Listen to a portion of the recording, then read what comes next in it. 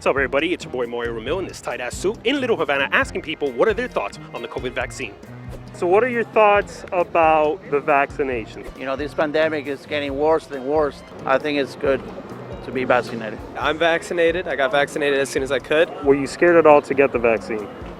No.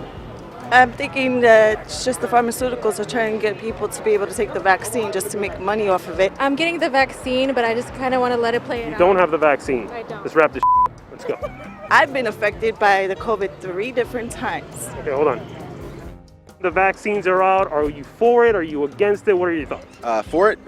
We both been vaccinated. It's a personal choice. I've been vaccinated, and I think everybody should. You're doing it for your family, you know?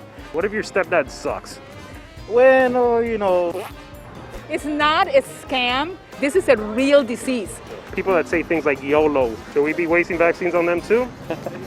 I don't think it's a waste. I think everybody deserves the opportunity to have it.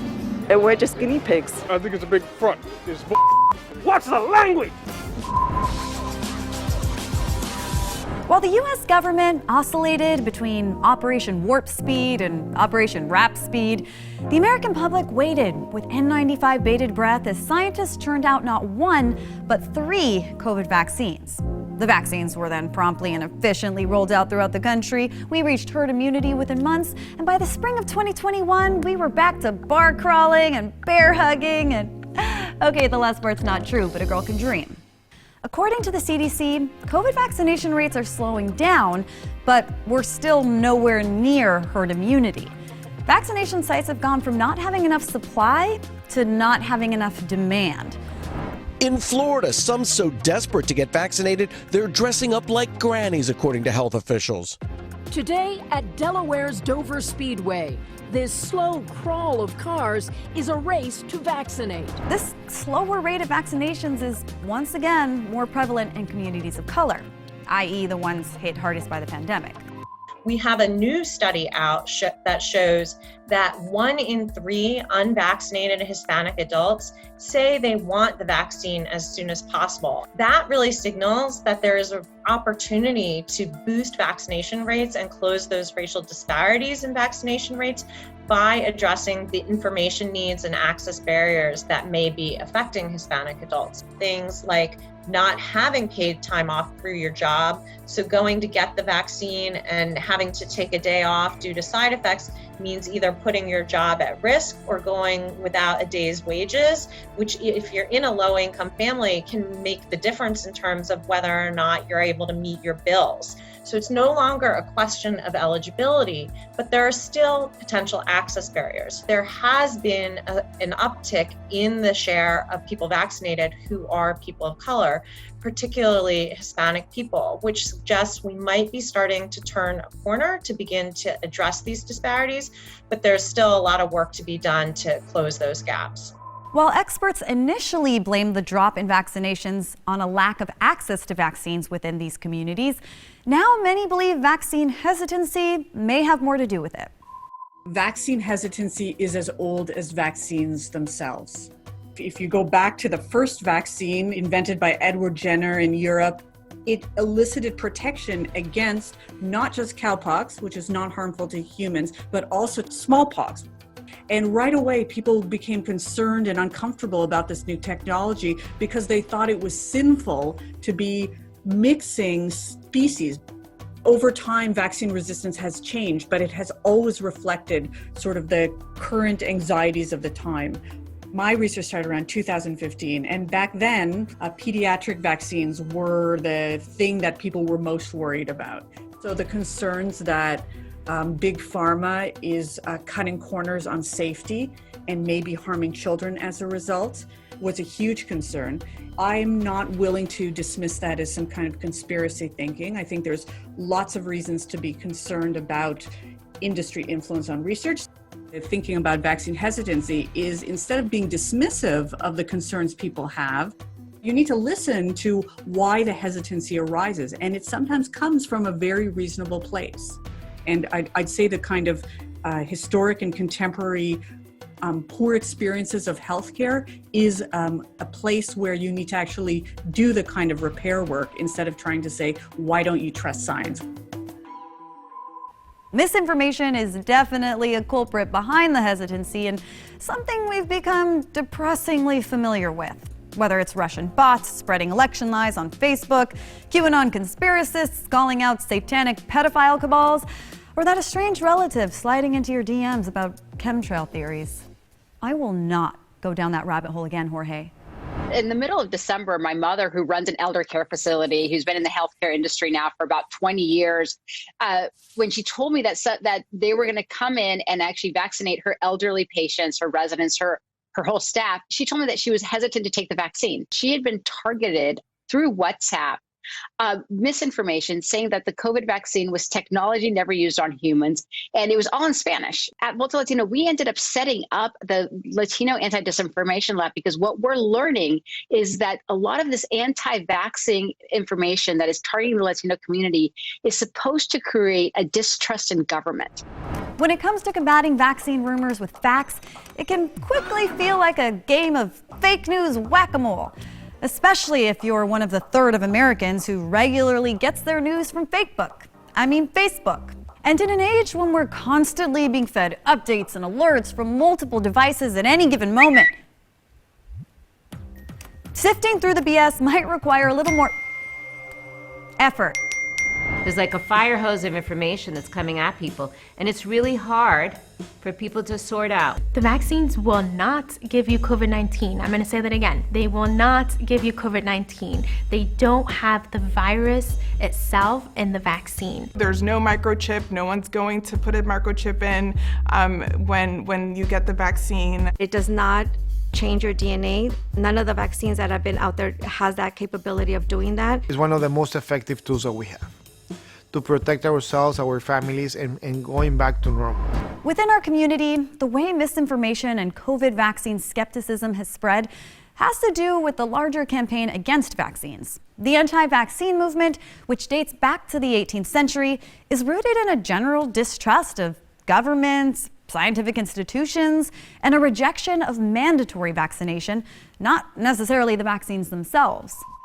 We are not an anti-vaccine organization. Our mission statement is protecting and advancing informed consent, medical privacy, and vaccine choice. We gathered and we rallied and we got into the Capitol and we joined forces with other like-minded families. Our organization has grown by leaps and bounds the last few months because so many individuals are concerned about being mandated to take this vaccine. Keep in mind, it is authorized under the emergency use authorization. There's a lot of people who are saying, you know what, we just want the science to just get a little bit farther down the road before we have to take this vaccine. Or they're saying, you know, if I take this vaccine and something does happen, if I'm injured, who is liable? And so they're weighing the risk and the benefits. They're looking at all the different choices they have, and they're saying, you know, hey, maybe I want to wait a while for this one. And when we look at events like the Tuskegee Study, it's obvious why communities of color might be skeptical about a federally funded vaccination rollout. My name is Carmen Head Thornton, and I am with the Voices for Our Fathers Legacy Foundation. It is a 501c3 organization that was established in 2014 to honor and preserve the legacy of the Tuskegee Syphilis Study. My grandfather, Fred Tyson, was a subject of the United States Syphilis Study at Tuskegee. He and 625 other men were experimented on during the time of the study, which lasted for 40 years. Penicillin was found to be an effective treatment and cure for syphilis. Even after the penicillin was found to be an effective cure, the men were still not given the treatment. Some of the men, families suffered tremendously because of loss of life and because of loss of jobs because they were too sick to work.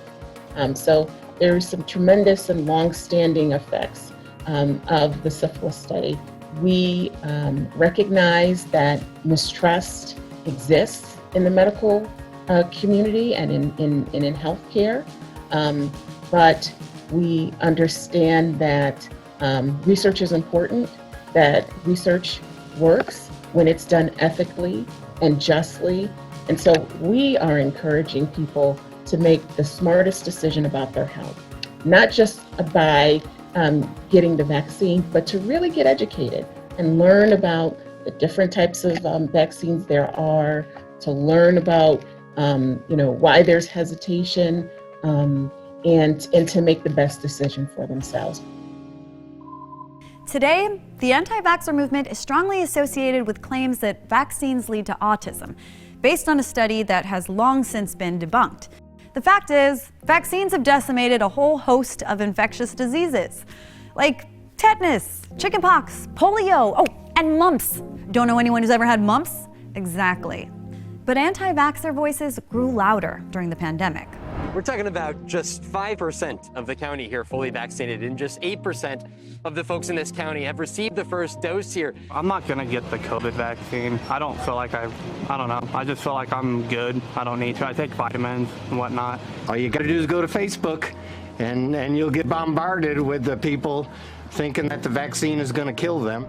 New research shows that red states and Republican voters seem to be more hesitant about the vaccine than their Democratic counterparts. Efforts to combat pseudoscience and misinformation in the time of COVID can be seen throughout Texas's Latinx community. Despite being eligible since March, the undocumented community in Texas isn't accessing the vaccine for a host of reasons.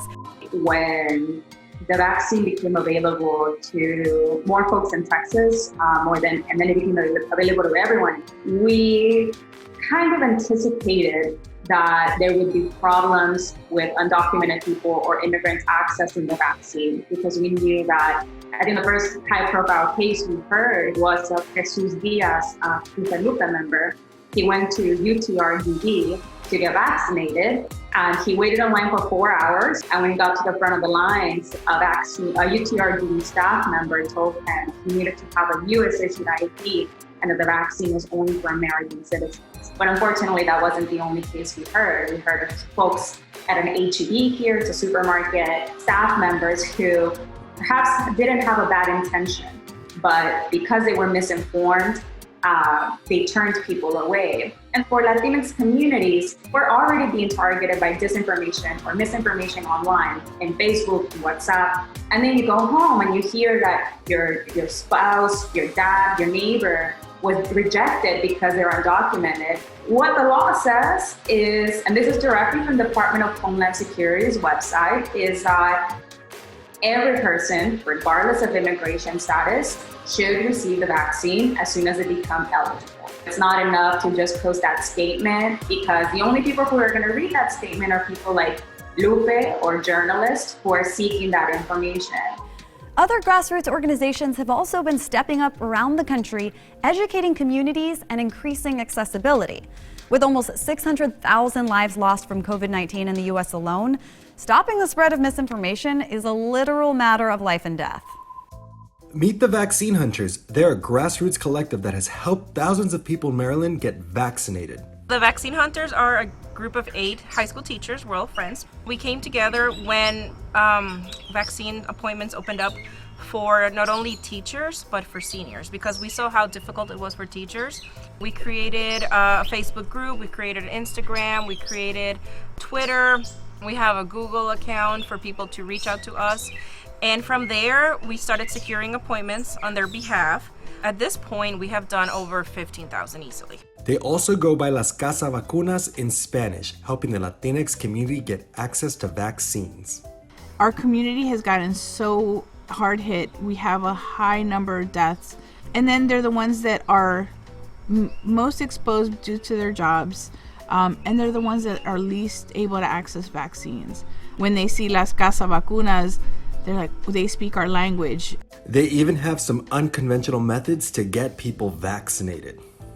At the end of this clinic, we had a certain number of vaccines, and Dr. Peralta and the Vaccine Hunters decided to go to the local Home Depot, and then we found a pupusa truck.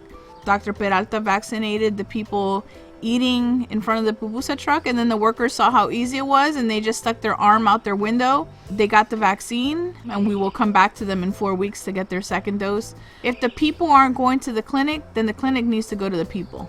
And now that children as young as 12 are eligible for the vaccine, their work continues. Like, as humans, it is our duty to, to help others and help those in need. As for social media misinformation super spreaders, Facebook, who owns WhatsApp and Instagram, claims to be running one of the largest online vaccine information campaigns in multiple languages, including Spanish, removing content on their platforms that violate their vaccine misinformation policies. It's about time Zuck and the rest of the Facebook team invest as much time combating disinformation as they do censoring nipples. Well, one of the things we wanted to look at was, we know the social media platforms allow bad actors to put content, so anti-vaxxers to put content on their platforms. But we wanted to know, are there algorithms in any way giving it a boost as well? And we discovered that that's exactly what was happening. We studied Instagram's algorithm, and we found that if people were following wellness influencers or health accounts, which are sort of from the fringes, they would be fed actively recommendations to go and follow anti-vax accounts. Worse still, if they were following anti-vaxxers, they were being told to look at anti-Semitism, white supremacy, QAnon, and vice versa. They say that they've changed their rules, they've banned anti-vax content, and they are going to take tough action against people who spread misinformation.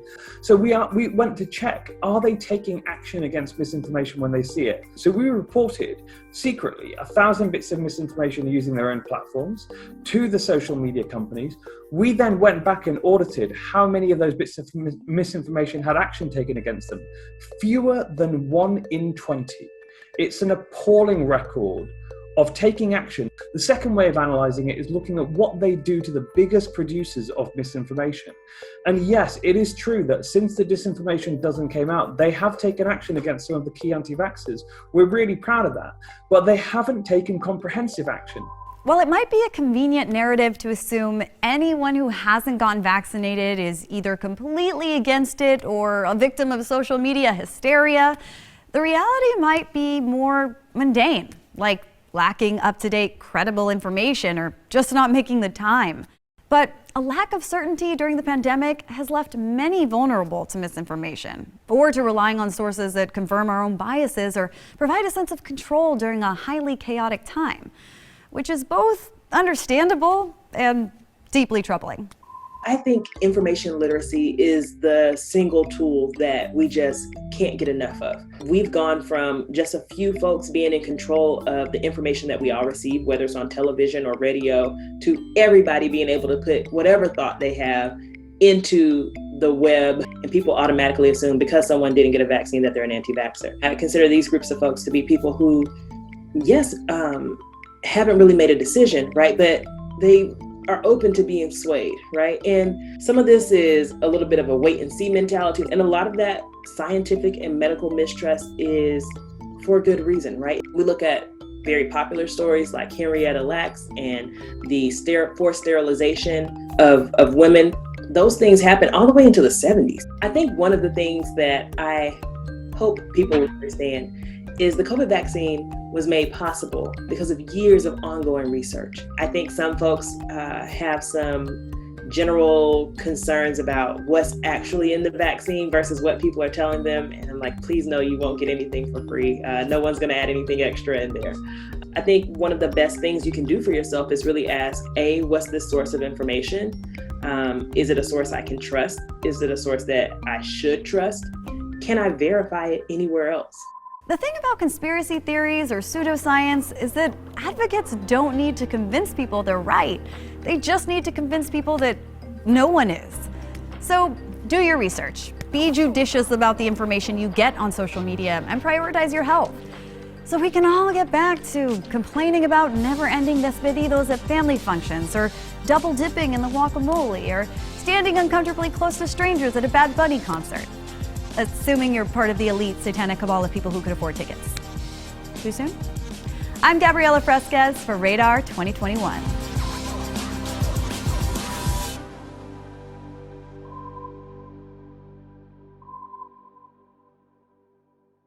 Thanks for watching Radar 2021. Please like, subscribe, and comment down below and let us know what issues are important to you. Because let's be honest, there are a lot of issues to choose from. So many.